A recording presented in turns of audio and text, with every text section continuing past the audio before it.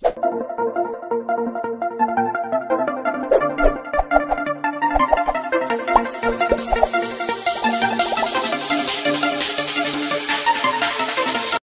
सभी का स्वागत करता हूं फिजिक्स ज्ञान मुकेश ने एक चैनल पे। एक्चुअल में बच्चों 5 वीडियोस अपलोड हो चुके हैं और 2 वीडियोस थे ऐसे, ठीक है। वो 2 वीडियो में थोड़ी साउंड की प्रॉब्लम आ गई थी, इसलिए मैंने अपलोड करके डायरेक्टली प्राइवेट किए थे, मतलब पब्लिक किए। 10 मिनट के अंदर मुझे वो डिलीट करना पड़े क्योंकि उसमें बहुत सारे प्रॉब्लम्स आ रही थी थोड़ी साउंड की, तो इसलिए डिलीट किए। बच्चों को लग रहा है कि सर सिलेबस नहीं, अरे बच्चों सिलेबस खत्म हो चुका है ऑलरेडी।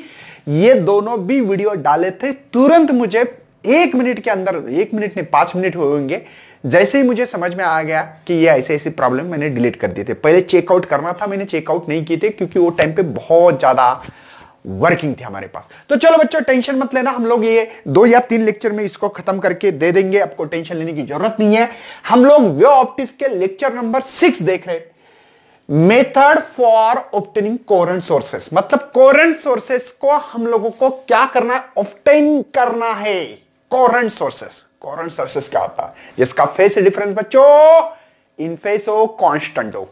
मतलब बच्चों अगर कोहेरेंट सोर्सेस नहीं रही तो जिस पॉइंट पे, मतलब ये स्क्रीन है, ठीक है, इस स्क्रीन पे आपको यहां पे कब डार्क और कब व्हाइट ये समझ में नहीं आएगा। मतलब ब्राइट पॉइंट कब है और डार्क कब है समझ में नहीं आएगा। मतलब अभी देखा मैंने डार्क दिख रहा है, 2 सेकंड के बाद आ गया ब्राइट दिख रहा है, तीसरा आदमी आ गया डार्क दिख रहा है, तो एक बोलेगा डार्क ब्राइट। क्यों बच्चों, ये टाइम के साथ वेरी होगा अगर कोहेरेंट सोर्सेस ना रहे तो। मतलब कोहेरेंट सोर्सेस देखो, condition of steady interference pattern, मतलब जो इंटरफेरेंस पैटर्न है यहां पे डार्क ब्राइट, ये जो अगर देखना चाहते हो आप लोग, तो बच्चों ये स्टेडी इंटरफेरेंस पैटर्न के लिए कुछ कंडीशंस पढ़ी हमने। मोनोक्रोमेटिक लाइट होना चाहिए, सर सोर्स कैसे कोहेरेंट होना चाहिए, और बहुत सारे पॉइंट, 6 पॉइंट ऐसे देखे हमने। करेक्ट है, मैं ज्यादा डिस्कशन नहीं कर रहा हूं यहां पे। तो आप लोगों को ये बात समझ में आएगी कि सर ये पैटर्न, अगर आप लोग हमेशा यही पैटर्न देखना चाहते हो, हमेशा हमेशा, मतलब आ जाओ, कल आओ, परसों आओ, 10 मिनट में आ जाओ, कभी भी आ जाओ, ये 100 लोग लाइन में लगे, मैंने देखा तो यही पैटर्न दिखना चाहिए, दूसरे ने देखा यही दिखना चाहिए, तीसरे ने देखा तो यही पैटर्न दिखना चाहिए। अगर कोहेरेंट सोर्सेज नहीं रहे बच्चों ये, तो प्रॉब्लम ये आ जाता है कि यहां पे एक को ब्राइट दिखेगा, दूसरे को डार्क दिखेगा, तीसरे को ब्राइट डार्क, ये हमेशा पैटर्न टाइम के साथ वेरी होगा बच्चों, समझे। तो ये वेरी होगा और समझ में नहीं आएगा हम लोगों को, ठीक है, समझे। तो यहां पे ये पैटर्न रहने के लिए हम लोग कोहेरेंट सोर्सेस को कैसे ऑब्टेन किया जाता है, ये 2 मेथड से देखने वाले, एक लॉयड्स मिरर और प्रिज्म बाइप्रिज्म। प्रिज्म है ना, प्रिज्म तो देखा होगा, तो बाय मतलब 2 नाम से पता लगा। और कट सर लॉयड्स मिरर क्या मेथड से सर, कुछ नहीं बच्चों, हम लोगों को पहले सबसे पहले यहां पे लेना पड़ेगा ये है हमारा मिरर, जो कि रिफ्लेक्टिंग सरफेस है, इसको रिफ्लेक्टिंग सरफेस कहा जाता है, ठीक है। इससे हम लोगों को यहां पे हमारा जो भी पैटर्न वो दिखेगा, डार्क ब्राइट, समझे। यहां पे लिया है मैंने सबसे पहले बच्चों रियल सोर्स। कौन सा सोर्स है ये है हमारा रियल सोर्स, जो ओरिजिनलिटी में है। तो ये रियल सोर्स यहां पे ब्लू लाइन से दिखाऊंगा, वो लाइट होगी मेरी रियल सोर्स से निकली वाली, ये आ गई, बहुत बढ़िया सर, ये यहां आ गई, ये यहां आ गई, वेरी गुड सर, आ गई, ठीक है। जो रिफ्लेक्टिंग होने वाली है उसको रेड पेन से, आपकी बुक्स में दिया है ऐसे रेड पेन से निकालना है ना, नहीं निकाला तो अभी कोई प्रॉब्लम नहीं बच्चों, ठीक है ना।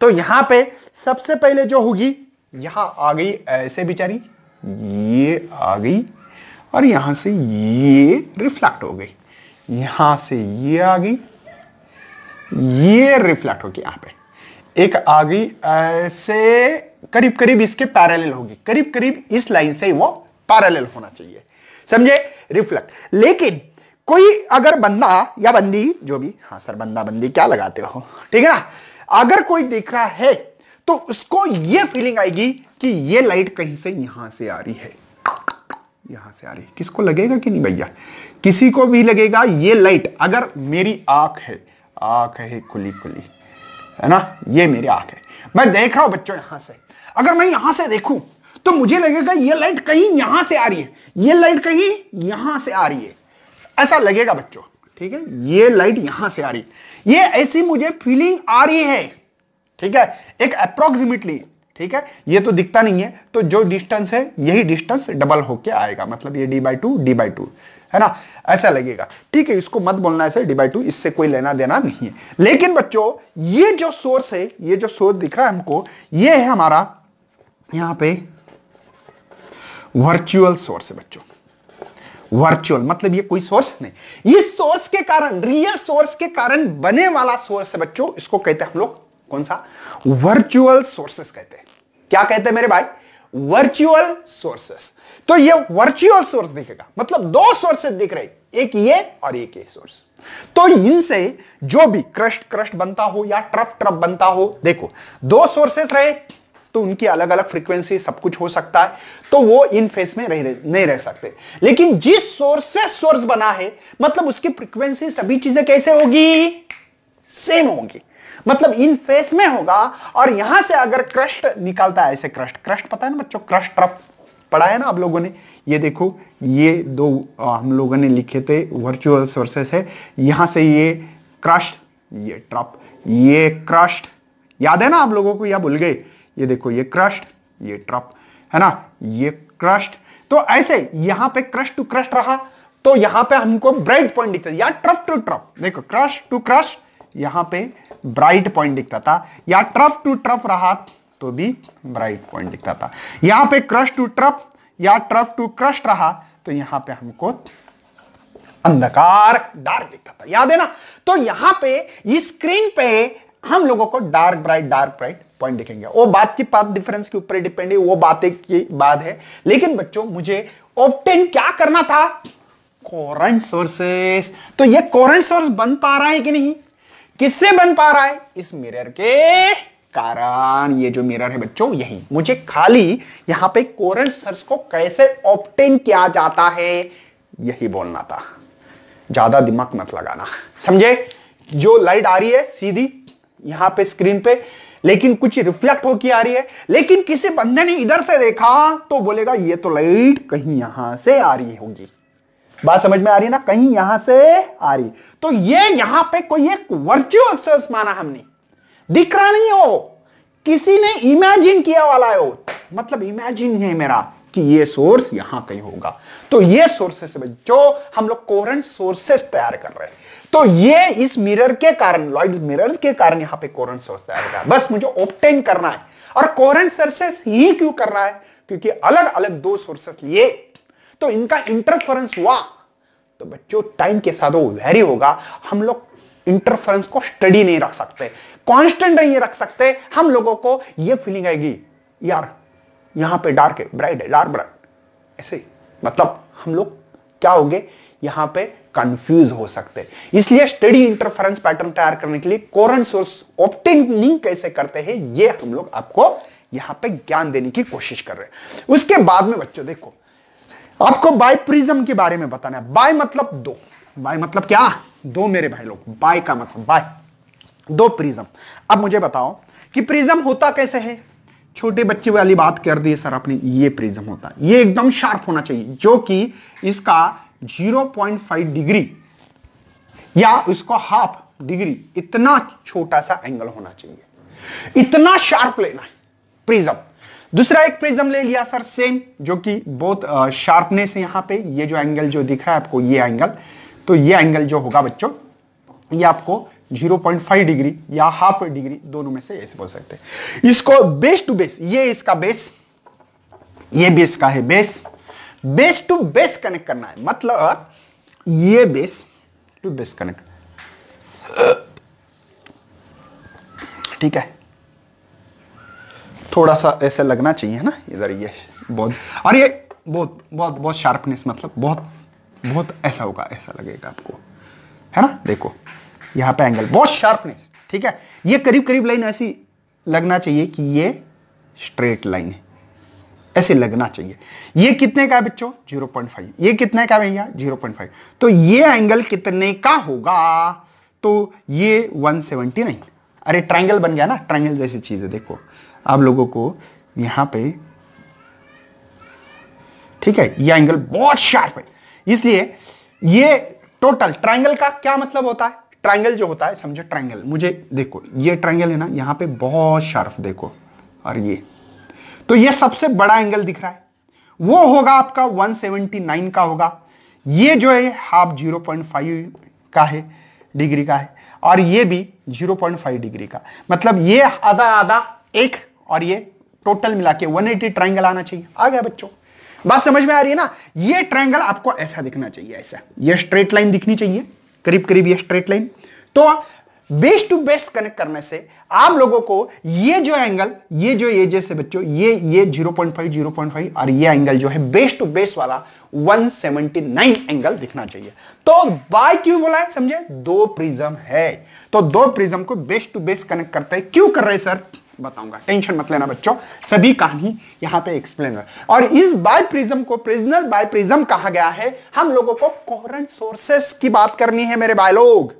अच्छी बात है सर, बताओ क्या बताने वाले हैं? देखो कुछ नहीं, सिंपल सी, यहां पे ये आपको स्ट्रेट लाइन क्यों दिख रही है, समझ में आता होगा शायद। और ये इतना शार्पनेस लिखते नहीं है हमारे बोर्ड में, ठीक है ना? ये एक्चुअल में आपका प्रिज्म ऐसे होना चाहिए था, ऐसे, ये ऐसे, समझे बच्चों, एक्चुअल में। लेकिन आपको यहां से कट करते ऐसे देते, यहां पे भी कट करते ऐसे देते, बुक्स में दिखाते नहीं है। एक्चुअल में वो बहुत शार्पनेस है, ठीक है ना? अब देखो यहां पे एक सोर्स ले लिया, जो कि सोर्स है हमारे पास, सोर्स से लाइट आ गई, और ये हमारी स्क्रीन है, स्क्रीन पे आ गई, ये स्ट्रेट लाइन जाएगा, सीधी बात, नो बकवास। ये लाइट आ गई बच्चों, लाइट आने के बाद रेयर से डेंसर मीडियम में जा रही है, मतलब लाइट बेंड होगी टुवर्ड द, तो यहां पे ये लाइट ऐसे जा सकती है। यहां पे भी एक लाइट आ गई बच्चों, ये लाइट भी आपकी जा सकती है ऐसे, ठीक है, समझे? उसके बाद में लाइट आ गई, ये भी बेंड होगी बच्चों, ये भी बेंड होगी आपकी, और आपके बुक्स में जैसे दिया वैसे ही बताऊंगा, नहीं तो बोलेंगे सर क्या दिया आपने, हम लोगों को कंफ्यूज कर रहे हैं क्या? तो ये लाइट बेंड होगी ऐसे, ये भी लाइट आएगी, है ना, ये भी लाइट आपकी ये होगी ऐसे, यहां पे, अरे भगवान, अरे भगवान, ये, हाँ ओके सर, ये लाइट आ गई, ठीक है, ये नियर अबाउटली ऐसे जाना चाहिए, ये भी लाइट आ गई, ये ऐसे जाना चाहिए। बात समझ में आ रही है? तो यहां पे ये डार्कनेस दिखेगा आपको, ऐसे ही पार्ट दिख रहा है, तो यहां पे ये आपका पैटर्न तैयार होने वाला है। क्रस्ट टू ट्रफ यहां पे मिक्स होंगे, ट्रफ टू ट्रफ होगा, क्रस्ट टू क्रस्ट होगा, ट्रफ टू ट्रफ, पता है ना यार क्या बोल रहा हूं मैं? और लाइट का इंटरफेरेंस, दो लाइट का, दो वेव्स का मिलना, उसको इंटरफेरेंस कहते हैं। इंटरफेरेंस मतलब दो वेव्स का मिलना, उसको इंटरफेरेंस कहते हैं बच्चों, समझे? लेकिन कोई बंदा अगर यहां से देख रहा है, यहां से देख रहा है, तो वो बोलेगा यार ये तो कुछ है ना, दाल में काला है यार, ये जो वेव्स है ना, ये वेव्स कहीं यहां से आ रही है, ये वेव्स यहां से आ रही है, ये बंदा कहेगा, इधर वाला कहेगा कि ये कहीं से आ रही है, ये भी लाइट कहीं से ऐसे आ रही होगी बच्चों। ऐसा लग रहा है कि नहीं? फीलिंग आएगा बच्चों कि यहां पे ये जो लाइट है, ये लाइट यहां से, ये लाइट यहां से आती होगी, और ये यहां से, मतलब सोर्स बन रहे। मुझे वही तो करना है, कोहेरेंट सोर्सेस करना है, क्योंकि एक ही सोर्स से बने वाले दो वर्चुअल सोर्सेस, इसीलिए उनकी जो फेस होगा वो सेम होगा, क्योंकि एक ही सोर्स है। अगर दो सोर्सेस लेते तो भैया उनकी फ्रीक्वेंसी अलग, सब कुछ चीजें अलग, इसके कारण हो सकता है कि हमारे जो सोर्सेस है वो कोहेरेंट सोर्सेस ना बन पाए। कोहेरेंट सोर्सेस के लिए एक ही लाइट इस्तेमाल करते हुए हम लोगों ने उससे दो वर्चुअल सोर्सेस बना दिए। क्या? ऑब्टेनिंग द कोहेरेंट सोर्सेस कर रहा हूं मैं। और यहां पे इंटरफेरेंस पैटर्न दिखेगा हम लोगों को, dark bright, dark bright, dark bright, और वो भी स्टडी इंटरफेरेंस पैटर्न, मतलब कांस्टेंट। आज आके देखो, कल देखो, 5 मिनट के बाद कभी भी देखो, डार्क पॉइंट डार्क ही दिखेगा और ब्राइट वाला ब्राइट ही दिखेगा, समझे? मुझे ज्यादा इस पे बात करनी है, इसके जो बैंड वीडियो जो निकालते हैं ना आप लोग, जो भी निकालते हो देख लेना, ऐसे कुछ तो फार्मूला इस्तेमाल करते थे, हमने ऑलरेडी बता दिया, इसके बारे में हम लोगों को बताने की यहां पे जरूरत नहीं है। यही है बच्चों बाय प्रिज्म, मतलब आपको ये मेथड से कोहेरेंट सोर्स को ऑब्टेन करने की, नंबर 1 लॉयड्स मिरर और दूसरा है दो प्रिज्म को बैक टू बैक साइड, मतलब बेस टू बेस। ये एक प्रिज्म है बच्चों ऐसा, ये एक प्रिज्म है और दूसरा जो प्रिज्म है वो भी प्रिज्म को ऐसे बेस टू बेस हमने कनेक्ट किए। ये एंगल हाफ डिग्री का होता है ये, और ये दोनों मिला के 179 ऐसे मिला के हम लोगों ने प्रिज्म बना दिए यहां पे। और इस बाय प्रिज्म से हम लोगों ने लाइट बेंड क्यों होती है, पता है ना आप लोगों को बेंड क्यों होती है, तो ये भी बतानी जरूरी है, ठीक है ना। ये 11th में भी पढ़ा होगा आपने, रेयर से रेयर, जैसे कि लाइट आ रही है वाटर में गई तो लाइट बेंड होती है। इसलिए तो हम बचपन में खेल खेलते थे बच्चों, पता है, एक बकेट में पानी रखते थे, एक कॉइन बराबर बीच में रखते थे, बोलते थे जो आदमी इस कॉइन पर 1 रुपए कॉइन पे 1 रुपए डालेगा, अगर उसका 1 के ऊपर 1 कॉइन गया तो 10 रुपए मिलेंगे। अब ये लाइट का लपड़ा पता ही नहीं होता, लाइट क्या होती है, बेंड होती है। मीडियम चेंज हुआ तो लाइट बेंड होती है। हम बराबर ऐसे डालते थे, उल जाती कहीं और कॉइन। ऐसा क्यों? क्योंकि बच्चा वो होती कॉइन यहां दिखती है यहां। अरे ये कॉइल जो बकेट है, ये जो बकेट है, इस बकेट में ऐसा पानी रहता था और कॉइन यहां रहते थे, ऐसे पानी रहता था। एक्चुअल में लाइट बेंड होना ये फेनोमेना हम लोगों को वो बचपन में पता नहीं था ना। मुझे बताओ, ये लाइट आ गई यहां, आप लोगों को दिख रहा है कॉइन यहां है, लेकिन बच्चों लाइट बेंड होती थी यहां ऐसे। मतलब ये कॉइन यहां रही तो यहां दिखती, यहां रही तो कोई यहां दिखेगी, मतलब लाइट बेंड होगी बच्चों। जैसे ही ये लाइट जो है ये बेंड होती है, ये नॉर्मल है, लाइट बेंड होगी, यहां पे लाइट बेंड होती है।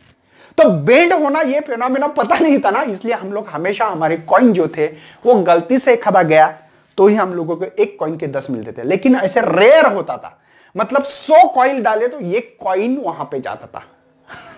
समझे ना? ये समझ में आ गया बच्चों कैसे करते कोहेरेंट सोर्स को ऑब्टेन, ये पता होना बहुत जरूरी है। अभी ऑप्टिकल पाथ के बारे में, ये ऑप्टिकल पाथ क्या है क्या नहीं, उसके ऊपर थोड़ा सा डिस्कशन होना बहुत ही जरूरी है बच्चों। तो ऑप्टिकल पाथ मतलब क्या, बहुत सारे बच्चों के मन में सवाल होता है। अब देखो कि आपकी ये लाइट है, ये लाइट आ रही है, इसकी वेवलेंथ है जुम जुम जुम जुम करते यहां, ठीक है, और सेम वैक्यूम में ही आ रही है, ठीक है। दूसरी एक लाइट की वेव्स आ रही है जुम जुम जुम जुम करते यहां। आप लोगों को एक बात समझ में आ गई कि यहां पे, यहां से यहां, मतलब यहां ए से बी तक और ए डैश से बी डैश तक इनकी पाथ लेंथ सेम है बच्चों, same path length. Path difference निकाला तो 0 मिलेगा आपको, क्योंकि सेम है। लेकिन बच्चों मैंने क्या किया कि यहां पे एक लगाया, मैंने ग्लास का स्लैब लगा दिया। कुछ भी लगा सकते भैया, कुछ भी ऑब्स्ट्रकल कुछ भी लगाओ आपके मन से, एक ग्लास का स्लैब लगा दिया। और इसका जो रिफ्रैक्टिव इंडेक्स है बच्चों वो है म्यू। नहीं, आपके बुक्स में ये नहीं इस्तेमाल किया तो ये नहीं इस्तेमाल करो। बात समझ में आ रही है? तो आप लोगों को समझ में आ गया, कोई भी मीडियम आ गया तो यहां पे ये जो वेवलेंथ है, ये वेवलेंथ होगी कम। ऑब्स्ट्रकल हो रहा है बच्चों, इसमें दिक्कत आ रही है, ठीक है। तब बच्चों ये वेव सेम सोर्स से आ रही है, कोई टेंशन नहीं है। इसकी वेवलेंथ पाथ डिफरेंस सेम था यहां तक, सही है बच्चों, बी से बी डैश तक सेम था। लेकिन यहां पे कुछ ग्लास स्लैब लगाने से इसकी वेवलेंथ पे या लाइट धीमे हो जाएगी। लाइट की स्पीड क्या होगी बच्चों, लाइट की स्पीड जो है वो धीमे हो जाती है, पता है ना, मीडियम लगाने के कारण। इसके कारण इसकी वेलोसिटी v हो गया, ऐसे बता सकते हैं। उसके बाद में बच्चों बाहर, तब मैंने देखा ये वेव्स है ना बच्चों, ये यहां पे आना चाहिए थी एक्चुअल में, लेकिन ऐसा नहीं हुआ। ये वैक्यूम में मैंने देखा बच्चों, ये वेव यहां से यहां जब पहुंचती थी तब ये वेव्स आगे निकल गई ही यहां तक। वाह बच्चों, क्योंकि इसकी वेवलेंथ कम हो गई। इसकी वेवलेंथ कम होने से या लाइट की स्पीड कम होने से ये वेव यहां से यहां तक ही पहुंच गई, लेकिन ये वेव यहां से यहां पहुंच गई। क्यों? पता है ना, वैक्यूम में कोई मीडियम नहीं है। और आपको पता होना चाहिए बच्चों, रिफ्रैक्टिव इंडेक्स मीडियम का 1 से ज्यादा होता है, कोई भी मीडियम का। क्यों भैया? C/V, या आप लोग mu is equal to C/V ऐसे पढ़ते थे।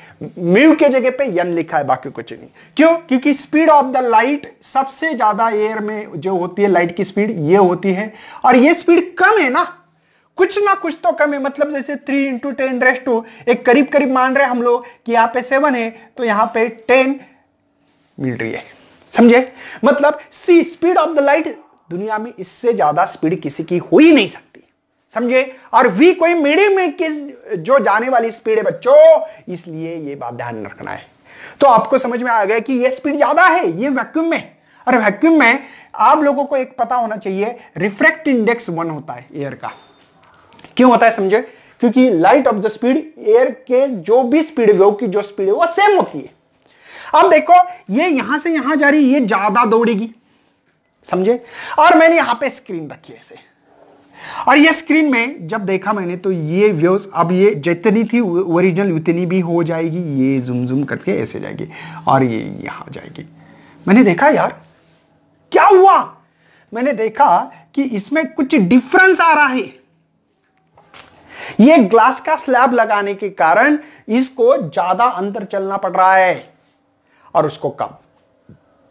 समझे ना बच्चों? इसी को ऑप्टिकल पाथ कहते हैं। ये जो पाथ दिख रही है ना आपको एक्स्ट्रा, ये जो पाथ चल रहा है ना, इसी को ऑप्टिकल पाथ कहते हैं। और ये अगर आप लोगों ने मानते हो ऑप्टिकल पाथ, ये ऑप्टिकल पाथ अगर मानते हो तो आपके बुक्स के हिसाब से लिख दूं मैं तो आप लोगों को समझ में आएगा, ये रहेगा n del x। समझे? n del x मान सकते हैं आप लोग अगर मानना है तो। कितना ज्यादा चला तो आप लोगों को यहां पे या डेल एक्स डैश मानना है तो n डेल एक्स। बच्चों इसको हम लोग यहां से यहां जो पाथ चल रहा है इसको डेल एक्स डैश बोलेंगे, और ये जो चल रहा है यहां से यहां तो इसको कहेंगे डेल एक्स। समझे? तो ये कितना ज्यादा, n इतना ज्यादा चलेगा। क्यों भैया? क्योंकि ये जो n है ये रिफ्रैक्ट इंडेक्स के ऊपर डिपेंड करता है, इसका रिफ्रैक्ट इंडेक्स कितना है। ठीक है? मतलब नहीं मैंने कुछ गलत किया। हाँ ये डेल एक्स डैश है बच्चों। ठीक है? ये डेल एक्स डैश, हाँ गलत मत करना भैया। तो ये है हमारा, यहां पे डेल एक्स कितना ज्यादा चल रहा है तो n इंटू डेल एक्स के ज्यादा चल रहा है। ये डेल एक्स है, ये डेल एक्स बोलेंगे। ठीक है ना? समझे? कोई टेंशन है? ओके, मतलब ये पूरा डिस्टेंस हो गया, यहां पे ये जो डिस्टेंस चल रहा है ये n इंटू डेल एक्स चल रहा है, ऐसे बोल सकते हैं, है ना? ओके, अगर किसी ने कहा कि ये पाथ निकालनी है हमको डेल एक्स डैश तो ये n into del x dash ज्यादा चलेगा। जैसे कि एग्जांपल बोल रहा हूं, आप लोगों को ये निकालना है तो कैसे निकालते पता है? ऑप्टिकल पाथ निकालनी है तो रिफ्रैक्ट इंडेक्स, अगर ग्लास का आपको रिफ्रैक्ट इंडेक्स पता है आपको 3/2 है। ठीक है? डेल एक्स कितना चल रहा है अगर आप लोगों को दिया तो ऑप्टिकल पाथ निकाल सकते हैं। डेल एक्स आपको अगर यहां पे 5 सेंटीमीटर दिया है तो आप लोग ऑप्टिकल पाथ निकालना चाहते हो तो निकाल सकते हैं 3/2 इंटू 5, तो ये हो गया 15/2, तो 7.5 मीटर चल रहा है, या ऐसे बता सकते हैं। कोई शक है? दिख रहा है बच्चों आप लोगों को? Okay, all is well.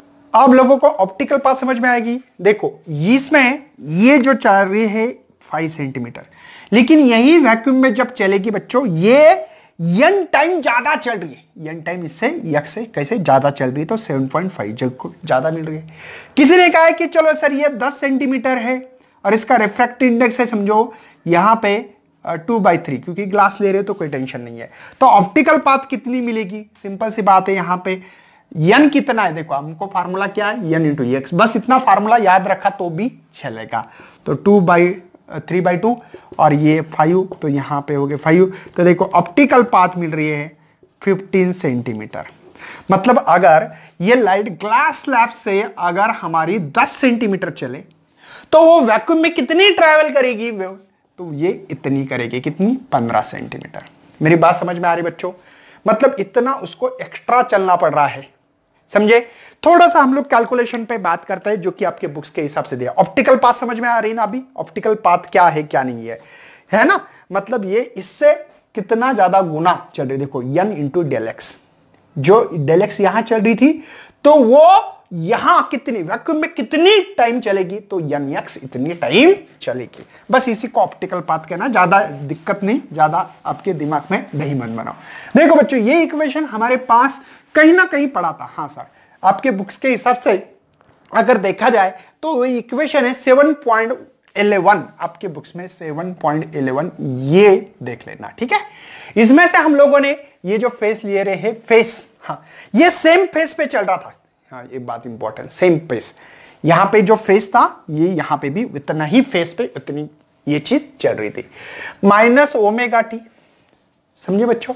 अगर मैं इसको इधर लिखूं तो इक्वल टू जो भी लिखना है जरूरी, हाँ, तो के एक्स माइनस ओमेगा टी इधर गया तो प्लस होगा बच्चों। अब देखो यहां पे कुछ इक्वल टू कर दो, मुझे के निकालना है तो मैंने बोला ओमेगा टी बाई एक्स। ये किसकी वैल्यू बच्चों? ये वैल्यू है, वेलोसिटी होती है डिस्टेंस अपॉन टाइम, लेकिन ये उल्टी है सर। मतलब k is equal to omega, ये उल्टा है तो इसको उल्टा करो, बाय v, ये k की वैल्यू मिलेगी। v is the angular frequency बच्चों, या एंगुलर वेलोसिटी बोलो, ठीक है, एंगुलर वेलोसिटी। और ये आपकी स्पीड है, ये वेव्स की क्या है बच्चों? स्पीड है, समझे ना, ओमेगा बाई वी। बच्चों इसकी वैल्यू होगी ना, v मतलब क्या? डिस्टेंस अपॉन टाइम, स्पीड मतलब, ये आपको फार्मूले याद होना चाहिए। सिंपल सिंपल से फार्मूले में ज्यादा दिक्कत नहीं लूंगा आपसे, या ज्यादा आप लोगों को तकलीफ देने का कोई मेरा मूड नहीं है। और इसके जगह पे आप लोग c भी लिख सकते, ओमेगा बाई सी भी लिख सकते। ये स्पीड कोई मीडियम रहा तो, जैसे कि हमने यहाँ पे ग्लास स्लैब लिया था, इस ग्लास स्लैब में से हमारी जो वेव्स थी वो धीमी हुई थी, ऐसे ऐसे ऐसे ऐसे, ठीक है, तब ये v लिखा। लेकिन यही वेव अगर हमारी एयर में चल रही है तो हम लोग c लिखेंगे। लाइट की स्पीड है बच्चों ये, है ना, ये लाइट की वेव की स्पीड है। अच्छी बात है, मतलब इसके जगह पे सर मैं ओमेगा बाई सी लिखूं, कोई टेंशन नहीं, लिख सकते हैं आप, बिल्कुल बच्चों इसके हकदार हो, इसके लिए कोई टेंशन नहीं है। लेकिन हमारे को यहां पे जो फेस चेंज हो रहा है वो कैसे लिखते हैं? के इंटू डेल एक्स। लेकिन के की वैल्यू क्या है आपके पास? के की वैल्यू बच्चों हमारे पास देखो, के की वैल्यू है ओमेगा, ठीक है, बाय वी, समझे, और ये del x as it is. ये किसकी? के की वैल्यू बच्चों। समझ में आ रहा है कुछ?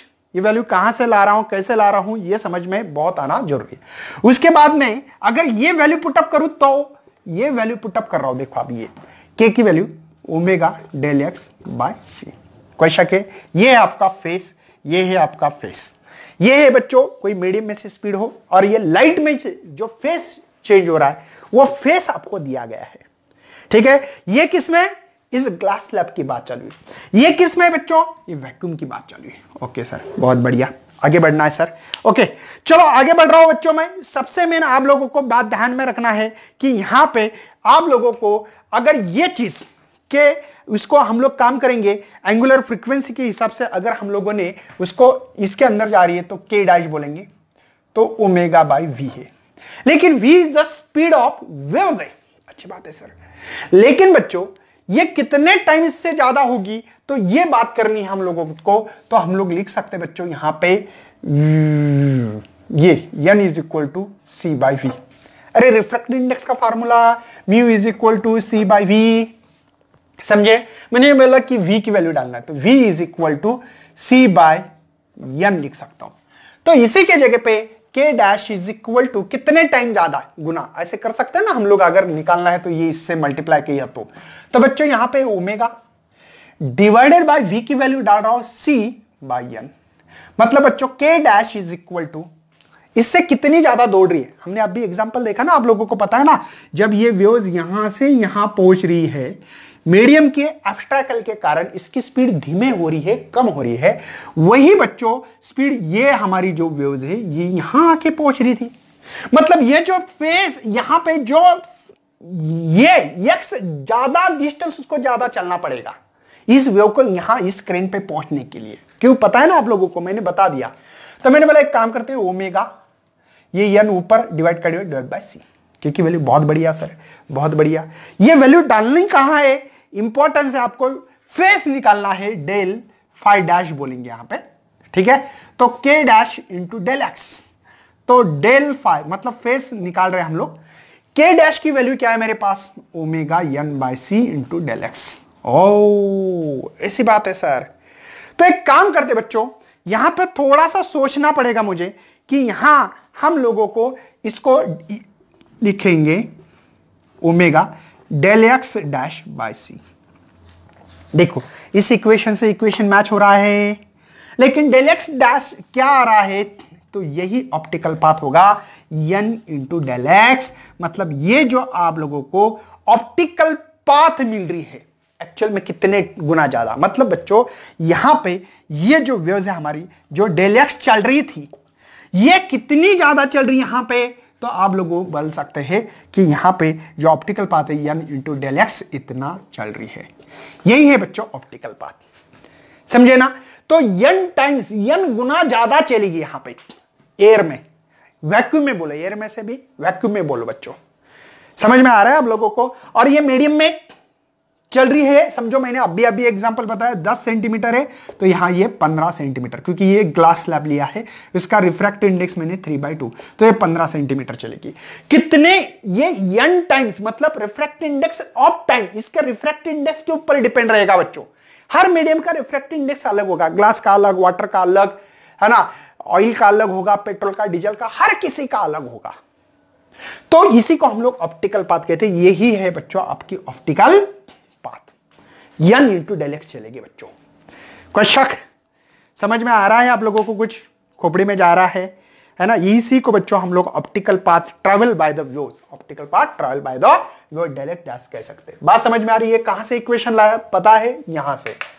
इसको मैंने ये रख के मैंने बताया कि k की वैल्यू क्या मिलेगी, k की वैल्यू ये मिली है, या ये होगी बच्चों आपकी वैक्यूम में और ये मीडियम में।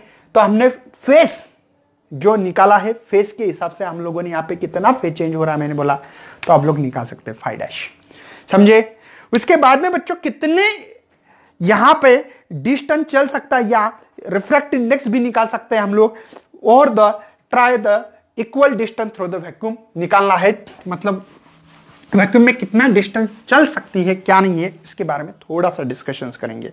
मुझे बताओ बच्चों कि यहां पे अभी अभी हमने देखा है कि ये जो वेव्स है इसमें से आ रही थी, इस ग्लास स्लैब में से, तो इसकी स्पीड कम हो गई है ये, और इसकी वेवलेंथ कम हो गई। वेवलेंथ देखो कम हो रही है, वैक्यूम में वही वेवलेंथ ज्यादा रहती है।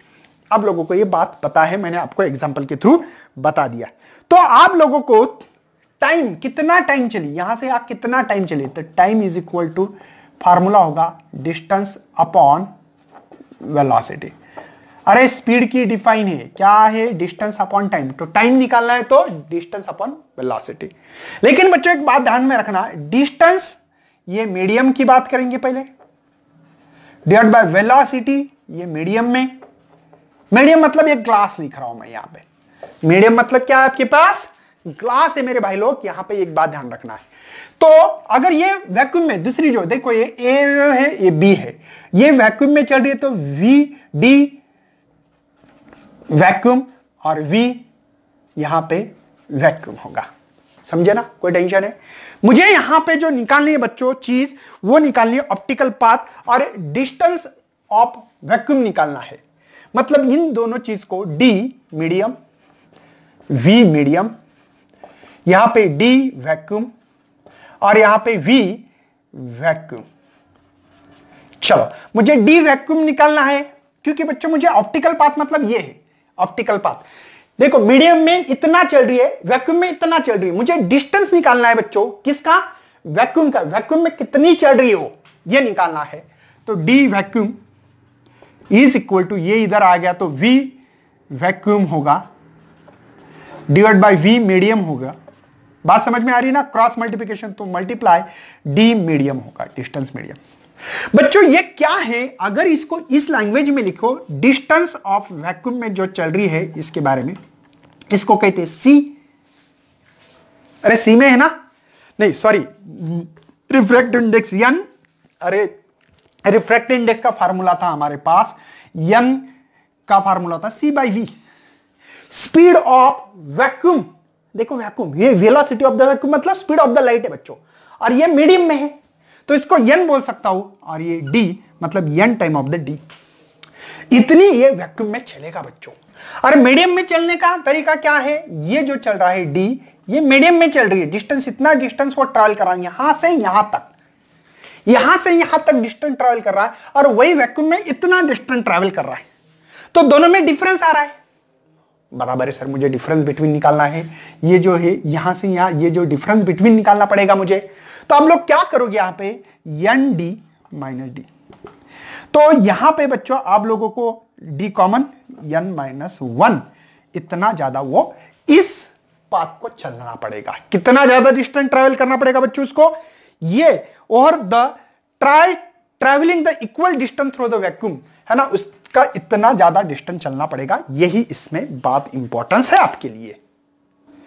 मतलब बच्चों मुझे क्या बताना है, समझ में आ रहा है? आप लोगों को यहां पे जो पाथ डिफरेंस मिलेगा वो इतना मिलेगा। ठीक है, समझ में आ रहा है?